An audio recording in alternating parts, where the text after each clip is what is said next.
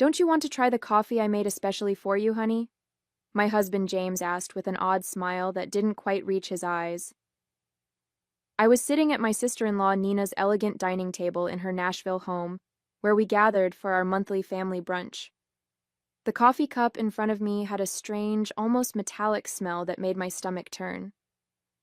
My name is Christina, and at 29, I never imagined I'd be questioning whether my own husband was trying to poison me. But after 3 years of marriage and countless incidents of accidental food poisoning, I had learned to be cautious, especially around Nina. She had a way of orchestrating situations that left me sick or humiliated, always with that same innocent smile James was wearing now. "How thoughtful of you," I replied, forcing a smile while my mind raced. The aroma wafting from the cup was unlike any coffee I'd smelled before. It reminded me of the time last month when I'd ended up in urgent care after drinking tea at Nina's house. The doctors couldn't explain my symptoms, and Nina had insisted she'd made the tea exactly the same way she made her own. Nina watched me intently from across the table, absently stirring her own untouched coffee. "James has become quite the barista lately," she said with a smirk. "He's been practicing different brewing methods just for you." The way she emphasized "for you" sent chills down my spine. I had noticed James spending more time at Nina's house lately, claiming they were planning a surprise for our upcoming anniversary. But something felt off. The whispered conversations that stopped when I entered the room, the strange texts I'd glimpsed on his phone, and now this coffee with its peculiar scent. I lifted the cup, pretending to take a sip while studying their expressions. James and Nina exchanged a quick glance that confirmed my suspicions. Making a show of checking my phone, I stood up abruptly. "Oh, would you look at that? I need to make a quick call for work. Nina, would you mind if I use your study?" As I walked past Nina's place setting, I deliberately stumbled, quickly switching our coffee cups in the confusion of steadying myself. "I'm so sorry," I exclaimed, straightening up. "I'm such a klutz sometimes." Nina waved off my apology with a tight smile. "Just try not to break anything in the study." I nodded and hurried away, my heart pounding. Through the study's doorway, I could still see them at the table. Now I just had to wait and watch. From the study doorway, I watched Nina lift the coffee cup to her lips, and my stomach clenched with anxiety. Part of me wanted to stop her, to warn her, but I needed to know the truth. I'd spent too many nights in emergency rooms, too many hours doubled over in pain, always after sharing meals with them. It wasn't always like this. When I first met James at a friend's wedding in Nashville 3 years ago, he was charming and attentive. Nina had seemed welcoming too, inviting me to family gatherings and offering to help plan our wedding. But looking back, I should have noticed the red flags. The way she would accidentally spill things on my dress at important events, or how my food always seemed to have extra seasoning when she helped cook. The incident started small, an upset stomach here, a mild allergic reaction there. James always had an excuse ready. Maybe it was something you ate earlier, or you must be coming down with something. But the pattern was becoming clear. The worst was 2 months ago, when I ended up hospitalized after eating breakfast at their house.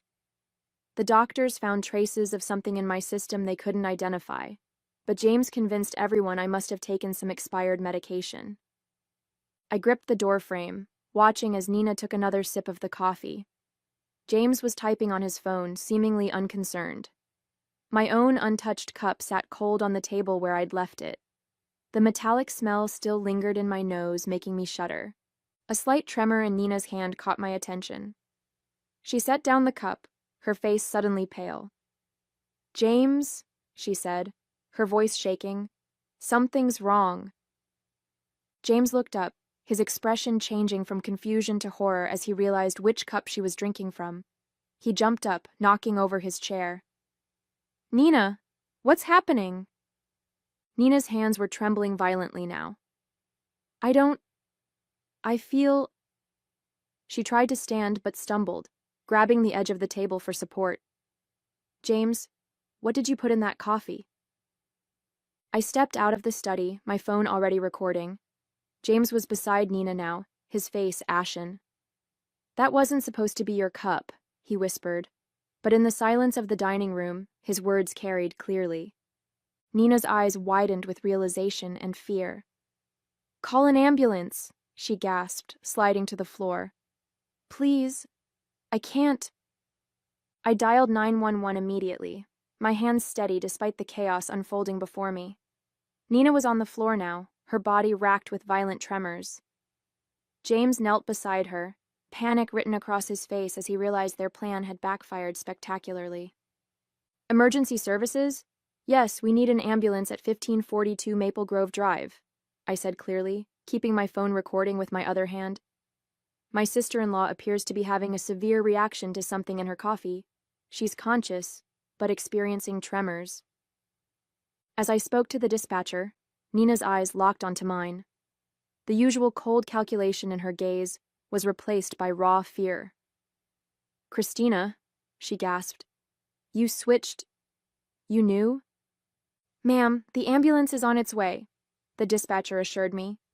"Please stay on the line." James was growing more frantic by the second. "Nina, what's happening? That wasn't supposed to... it wasn't meant for..." "Shut up, James," Nina snapped through gritted teeth, her anger momentarily overcoming her distress. "This is all your fault. You said it would just make her sick enough to miss the board meeting next week. You promised it wouldn't be traced." My blood ran cold. The board meeting, where I was scheduled to present my proposal for a major client account, the same account Nina had been trying to land for months at our competing firms. Everything started clicking into place.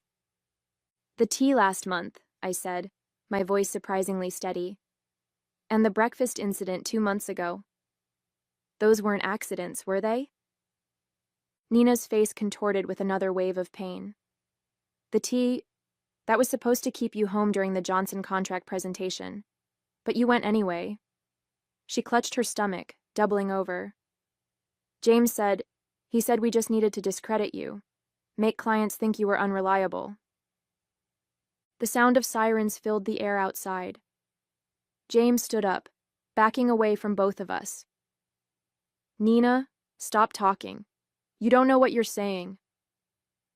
"I know exactly what I'm saying," Nina spat, her words slurring slightly. "We've been planning this for months, ever since Christina started outperforming me at every client meeting. You were supposed to make sure she drank it today." The paramedics burst through the front door, and I quickly stepped aside to let them work. As they loaded Nina onto a stretcher, I stopped recording and sent the video to my private email, then to my lawyer. James stood frozen, watching as his carefully constructed plan crumbled around him. "I'll ride with her to the hospital," I told the paramedics, my voice firm. "After all, I need to make sure my sister-in-law gets the proper treatment." I met James's terrified gaze. "And I'm sure the doctors will be very interested in knowing exactly what was in that coffee." The emergency room at Nashville General Hospital was a flurry of activity as doctors rushed to treat Nina.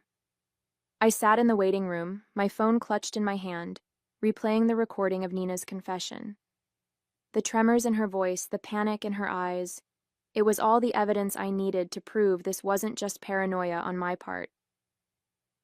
"Family of Nina Anderson?" a nurse called out. I stood up, noting James's conspicuous absence. He'd mumbled something about parking the car 20 minutes ago and hadn't returned. "I'm her sister-in-law," I said, following the nurse through the double doors. "How is she?" "She's stabilized, but we found concerning levels of toxins in her system." The nurse's expression was grave. "The doctor would like to speak with you about some unusual findings in her blood work."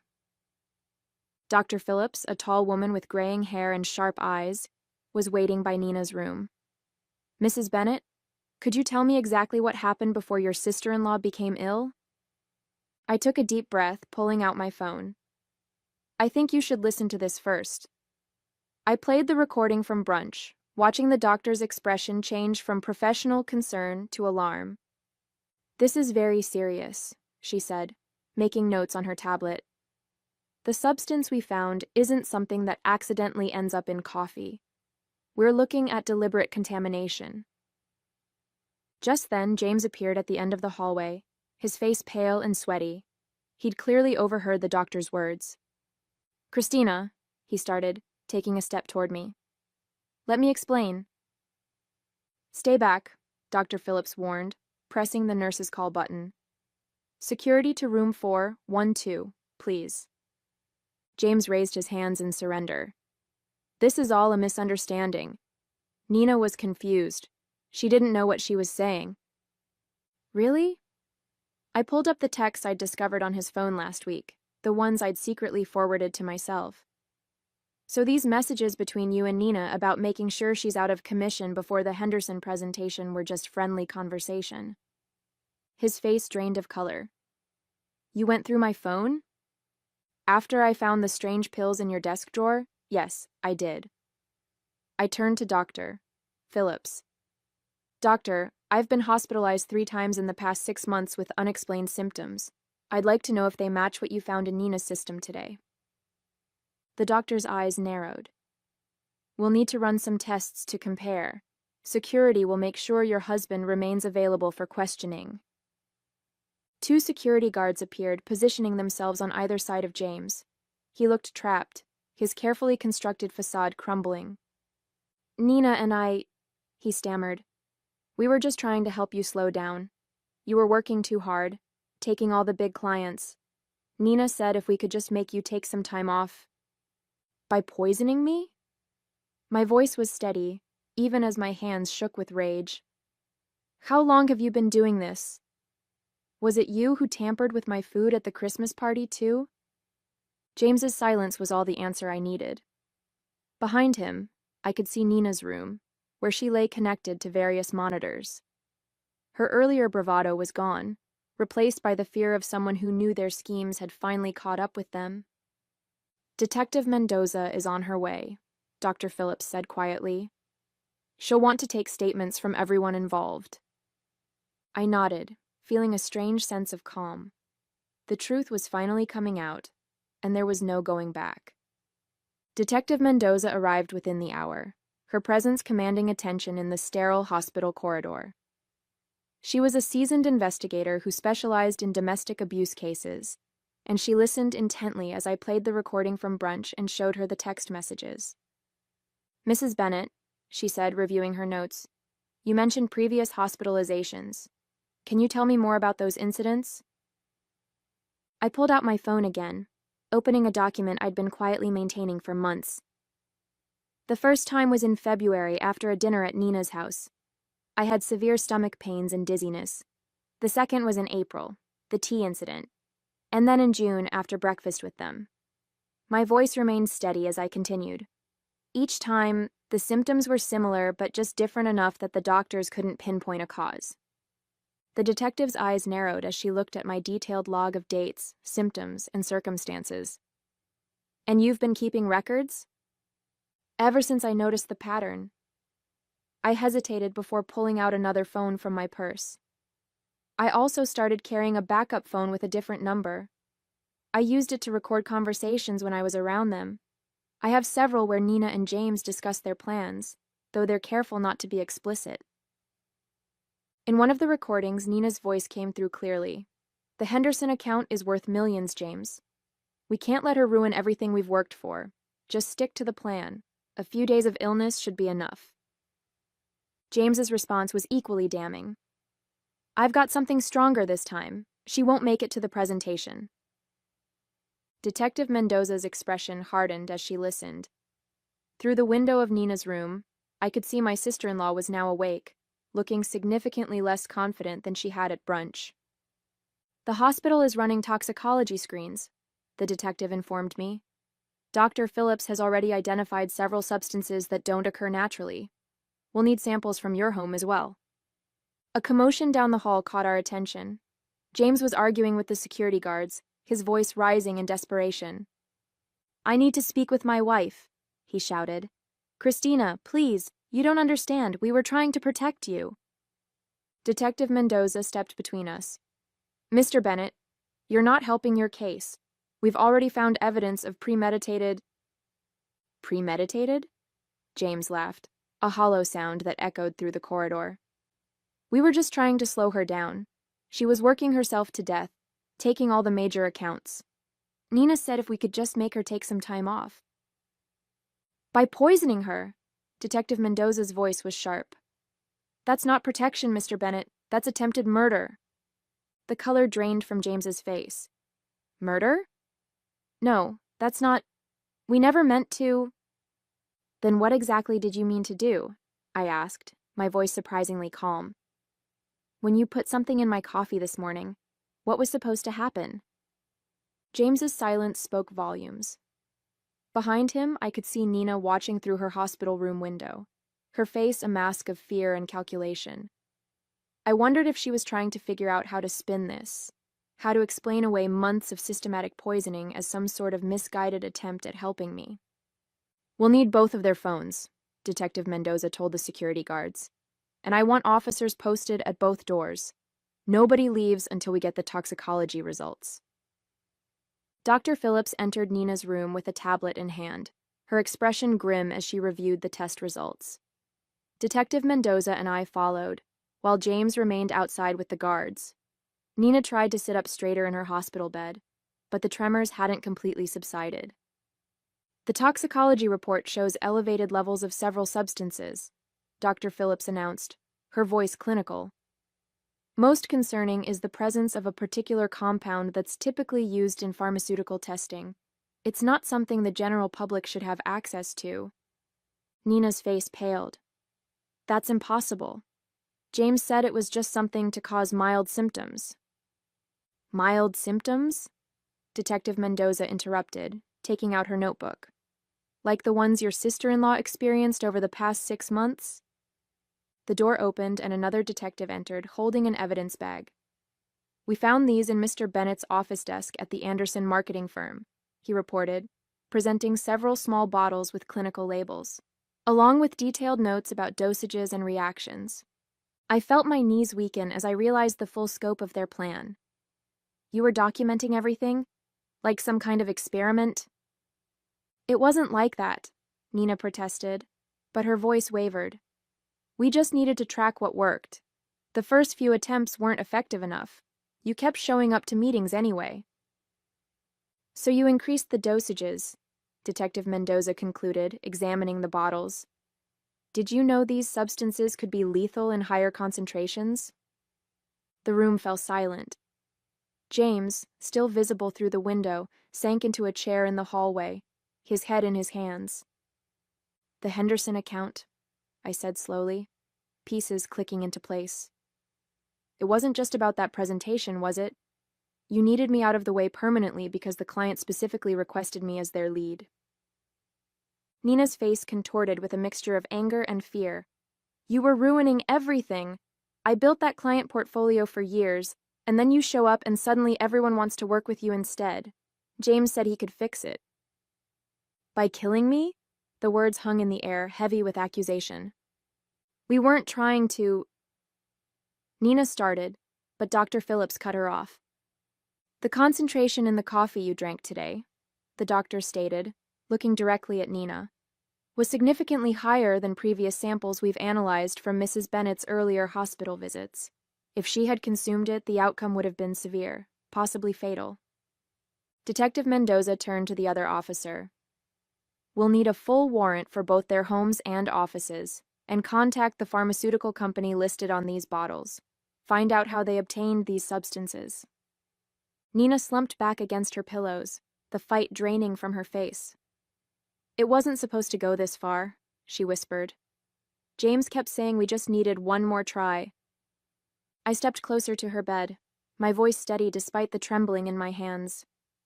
Every time I got sick, every meeting I missed, every client I lost, you were both there, watching, taking notes on how your poison was affecting me. What kind of people does that make you? The silence that followed was deafening. Outside, I could hear James being read his rights as additional officers arrived. Nina stared at her hands, unable to meet my gaze. Detective, I said, turning away from my sister-in-law, I'm ready to make my formal statement now. The trial lasted 3 weeks, but it felt like years. I sat in the courtroom each day, watching as the prosecution methodically laid out their case against James and Nina. The evidence was overwhelming. The bottles from James's office, their detailed notes on each poisoning attempt, the recorded conversations, and text messages discussing their plans. What struck me most was their demeanor throughout the proceedings. Nina, usually so polished and confident, looked small in her defendant's chair.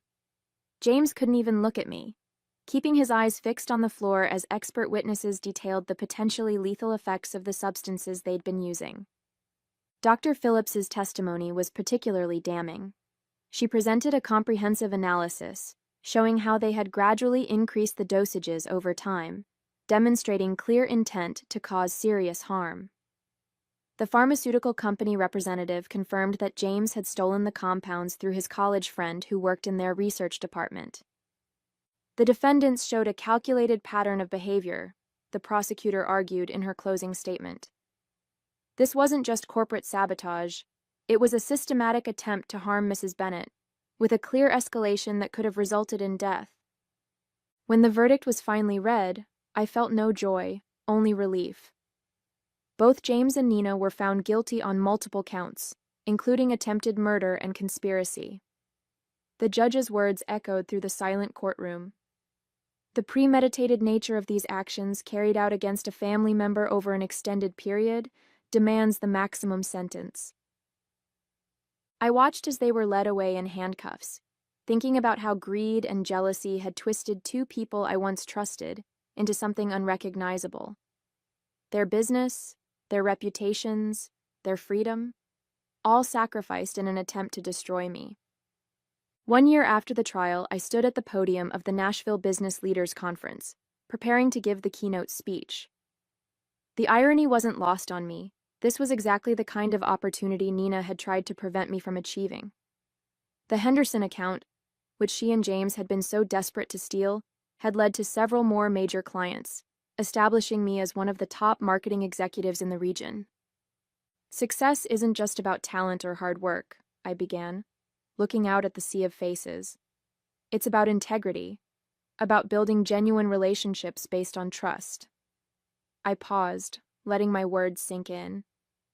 Sometimes the biggest threats to our success come from those closest to us, but surviving those challenges makes us stronger. After my speech, several young professionals approached me seeking advice. One woman, her eyes bright with determination, asked how I'd maintained my composure throughout the ordeal. I focused on what I could control, I told her. I gathered evidence, trusted my instincts, and refused to let fear stop me from pursuing my goals. Later that evening, I received an email from the Henderson client, confirming they were renewing their contract for another 3 years. I smiled, thinking about how differently things might have turned out if I hadn't trusted my instincts that day at brunch. The local paper had run a small article that morning about Nina and James beginning their prison sentences. I didn't read it.